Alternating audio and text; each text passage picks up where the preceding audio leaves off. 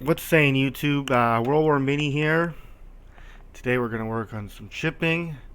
I know a lot of you probably have some questions and concerns when you're chipping, at least about when it comes to your time period. So I sprayed these maybe, I want to say 7 days ago. So everything's completely dry. So we can do a test to see if it's still good.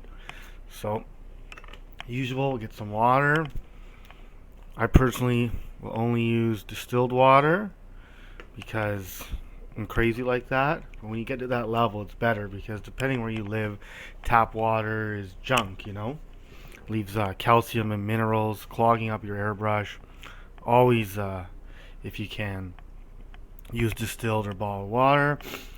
Today, we're going to want something, a brush that's a little more stiff. Something that's good for getting this going. A few toothpicks are good. Something to get some scratching in later. It's all just about playing with it. You want every tire to look different, right? Now, one thing I can show you, something you have to be careful with when you're working with chipping fluid, is let's take this example for. Now, when I was airbrushing, you can see how I wet the surface and it started to crack.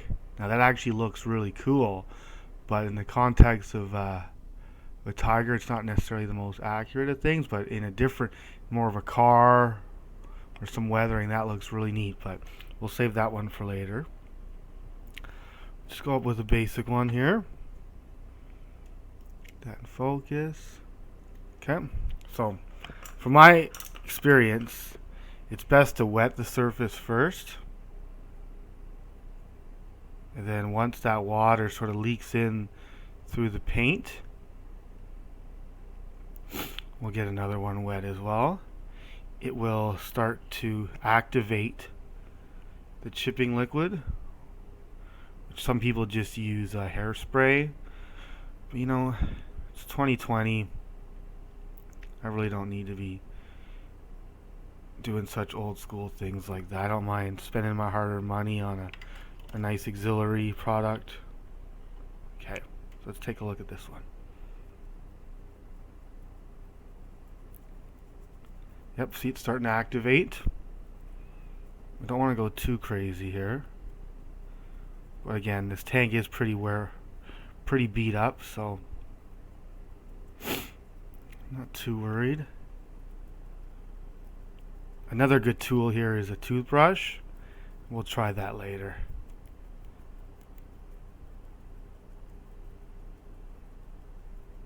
Alright. Now that looks nice. And once that dry, it'll look even better. But I actually prefer waiting a little bit longer when I'm working with this fluid because it doesn't chip as fast. So if I had just sprayed this, we would already be chipping. So we'll just do one hit with a toothbrush. You see that really nicks it up nice. Okay, let's go to our next one.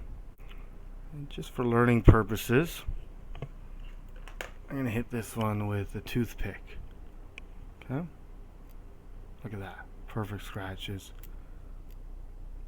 Who knows what did that in the field. Maybe they drove by some bushes or something. Flat brush is really good for this as well. Something with stiff. And there's people out there who like to paint their chips. It's just as fun. Just as much merit. I personally love this chipping liquid. It's the future.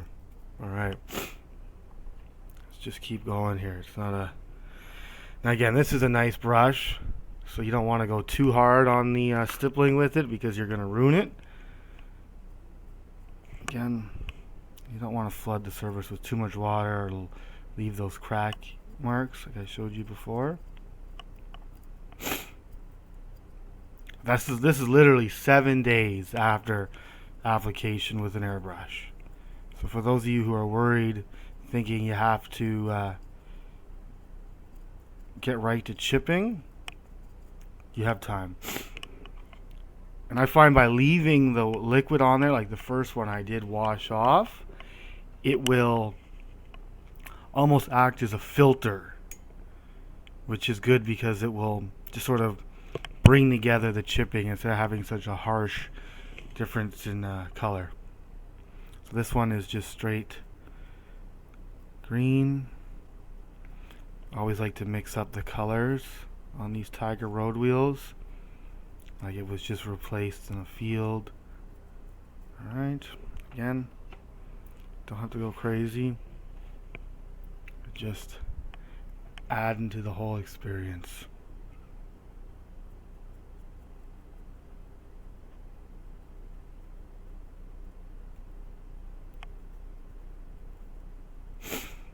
You know, and stages like this are very relaxing. It's sort of hard to screw up. Just enjoy it while you're there. There we go. I'm gonna have to tack some of these down when I go to varnish them after. But this is a good little test here, because when I first got into chipping, I was under the impression that you only had like a day, like not even. You just had that session, or it wouldn't work. But that's completely wrong.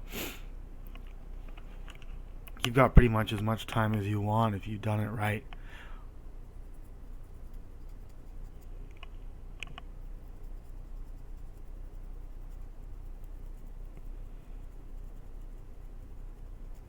This brush here personally is my paint mixing brush, so no concerns at all. Just use it.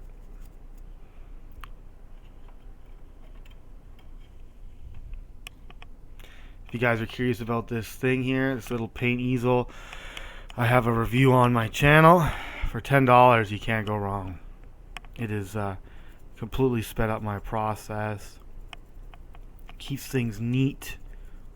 When I'm done painting stuff, I just put on there and throw it in my display cabinet or somewhere that's not super dusty, and that's it. And you see that, how you can't tell right now, but a lot of this liquid here, it's colored. It's almost like I said, working as a filter to sort of, you know, just blend in that chipping. It's coming along nice. I'm gonna try a different technique with this one. Let's get it down. A little too much water. This time we'll take the toothbrush. Way more aggressive. That looks good, you know? Who knows what happened to that tire? Or wheel, excuse me.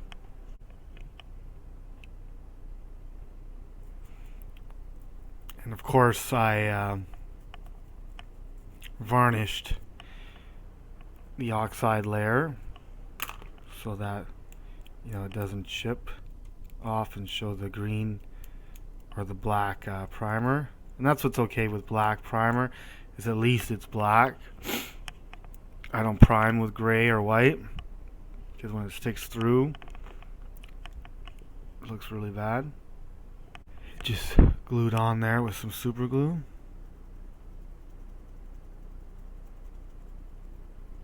Just where it wears, you know.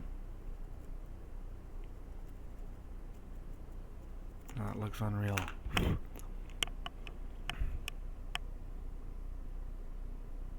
Now you could spend 20 minutes painting that, or you just do this.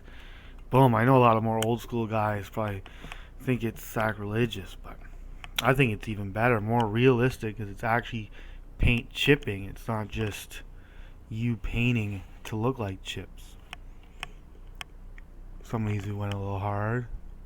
But remember, once we get our our satin finish, then we do some washes, you won't even notice it. Here's our little pump thing, jack. This will look good. Obviously you gotta be a little more delicate with some of these pieces. This, you know.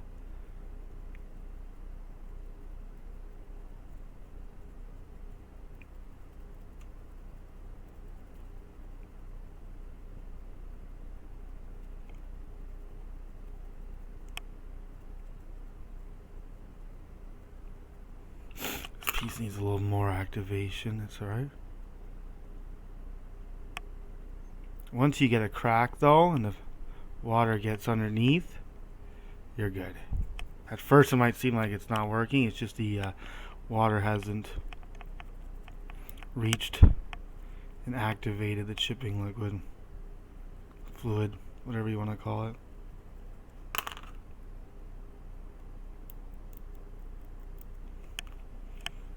And always keep in mind how it's being displayed. It will look like that, so I don't have to worry too much about the underside. You do it anyways because it's part of modeling. It's okay. Looks good. Last side.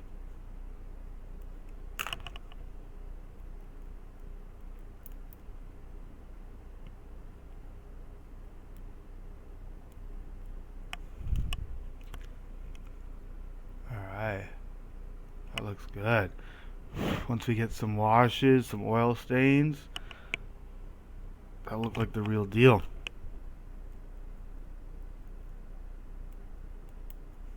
Less is more when it comes to chipping. I know it's easy to get carried away, but less is more.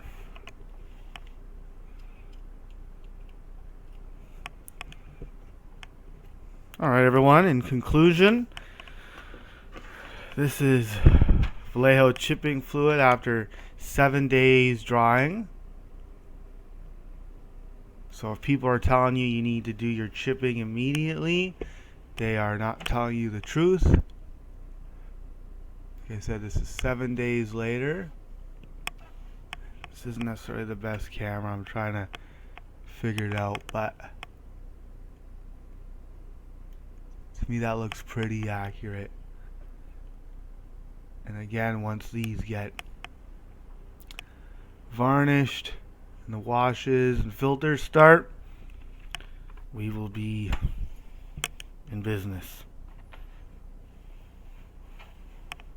Alright guys, thanks for checking it out. World War Mini out. Stay in cover. We'll see you later.